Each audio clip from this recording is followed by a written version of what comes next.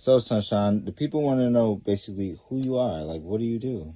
Pour a drink first. Welch's grape, that is. Um, I am a celebrity nail tech. Have been for quite some time. I've worked with some great publications and events and videos and movies and things like that. But I have a pretty good celebrity client roster. Um, One of them has the biggest, the most iconic song during Christmas. Uh, Another one who we all love. She loves boots just as much as I do. She has a real love for them. And another one who I've worked with for quite some time. Her music and her art and just the way she thinks about certain things goes beyond any cranes in the sky. So I have a pretty good, nice flow of clientele when it comes to my nail stuff. I'm known as Pit Buzz in the nail game if you ever want to check out Pit Buzz on IG. Tyler, aren't these cute? These are cute. Yeah, those are amazing. So, do you collect by style, brand, or just pure love at first sight? Pure love at first sight. I do have my favorite brands, and I do have some styles that I like, but mostly it's first sight. I have to love it first. The second part is the quality. The third part is comfort, and the last part is price. So, believe it or not, this was my first TikTok purchase for a shoe. I got these for like $30, and I was nervous because I wasn't sure they were gonna, look like they were decent enough to wear. But I was delightfully surprised. They're all leather and they're comfortable as I don't know what. So I was shocked. So I got a good deal for $30 off a TikTok shop. I might do that a little bit more, but we'll see. But yeah, so it doesn't matter to me as long as it looks good, the quality is great, they're comfortable, and the price is always where it needs to be for my pockets. So, how do you take care of this many pairs? So I try to stuff them. I try to always keep them certain ones stuffed with a shoe stretcher so that they maintain their shape, their size, and easy for me to fit my foot in there when I need to and it's not too tight. And then there's other options where I go to the cobbler. Once your tap comes off of your shoe, pay attention to it and get it replaced because one, it's dangerous to not have it there. You can slip and fall because they are very slippery. And two, it just doesn't look good. And it costs you maybe $5 or $8 where you just replace the tap as opposed to replacing an entire shoe, right?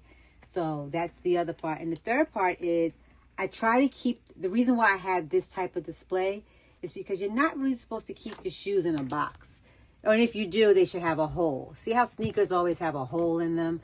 Because the shoes have to breathe so they don't rot out, they don't mold. So I try to keep them outside of the box. Now these do have shoes inside of them, but because I switch them out every 3 to 4 months, it's pretty much okay. But I don't just leave them in a box. So yeah, that's how I take care of them. I wash them down, I clean them up. Because who wants to work out with dirty shoes? So, what's one shoe myth or misconception you want to clear up for the people? For example, if I was to say, like, you don't have enough shoes, how would you answer that? I mean, you never have enough shoes. In my book, I just think it's always nice to have enough. I never have to worry about, well, what shoe am I going to wear? You can invite me to any type of event right now, and I will never have to go buy a shoe. I'll already have it. But that's the key to, sometimes if you have the money and you see a shoe that you don't necessarily need at that moment, just pick it up. Because if it's a good deal, if it's a good price, pick it up, you add to your collection, and you have it for a time that you may need it. So that's how I think about it. I know they always say you only need like 5 or 10 pair. I get it, and for some it works, but for me it doesn't. So, what kind of shoe content can we expect from your channel? Oh, I'm excited about it. It's going to be called The Guest of Honor. And the Guest of Honor will always be someone's shoes or their shoe closet. So I'm introducing you to my shoe closet first because I have to. They told me I have to do that, and I get it. But you're going to see me go into some pretty fabulous closets with shoes and sneakers and meet some pretty fabulous people. And it should be enjoyable. I want to try to get into some history of shoes if I could. I want to get into different styles and brands and who does what. I want to get into, oh, by the way, I organize people's closets. So if you ever need me to come in and help you organize your shoe closet, I'm the person you're looking for. So the guests of honor are your shoes. And so this channel will talk all things shoes. And I can't wait for you guys to join in with me. If your shoes could talk, what would they say about you? I guess it would say I have great taste. That's what they would say. And some of them would say, can you pick me for once? But, you know, I try to use them all. Doesn't work. I mean, they also could say that I like pretty shoes, more ladylike. I'm not a big trendy shoe person, and I'm not a big gimmicky shoe person. So my shoes aren't really gimmicky. I don't do trends. I do what I like. I have about 20 pair here that I've never worn. So I'm working on it. Okay, do you have a holy grail pair that you're still hunting for? Oh my God, yes. There are these Prada Oxfords. They're like blue and brown. And I know who wants an Oxford, right? Any Oxford would do.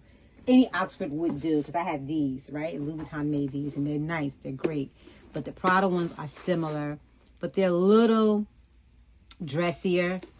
And I've been searching for them in my size, and I can't find them. But I'm gonna luck up one day. I have hope that I'm gonna find them. So if anybody could find these Prada loafers in a size 6, hit me up, because yeah, that's the holy grail of what I want. And it's nothing spectacular about them. I just want them. So I love your setup. Do you have anything that inspired you? You know, I do, because I see shoes as a work of art sometimes. And, you know, in New York, our apartments are small. So I had to take a bedroom and set this up enough to fit as much as I possibly could fit. And because I do love art, I wasn't able to put art on the wall because these cases, these shelving systems take up all of my wall space. So what I did do was I included the art in the carpet. So this carpet is Basquiat, one of his paintings, because I love him. And this was my way of incorporating art, not on the wall, but the way I can have it on the floor, and I can look at it and enjoy it. Because, yeah, so I have art on my shelves with my shoes, and I have art on the floor. All right, son, so finish the sentence. Life's too short for? Life's too short to not enjoy life in a fabulous pair of shoes. Yeah. Bye, closet. Bye, guests. We'll see you soon with my next guest of honor.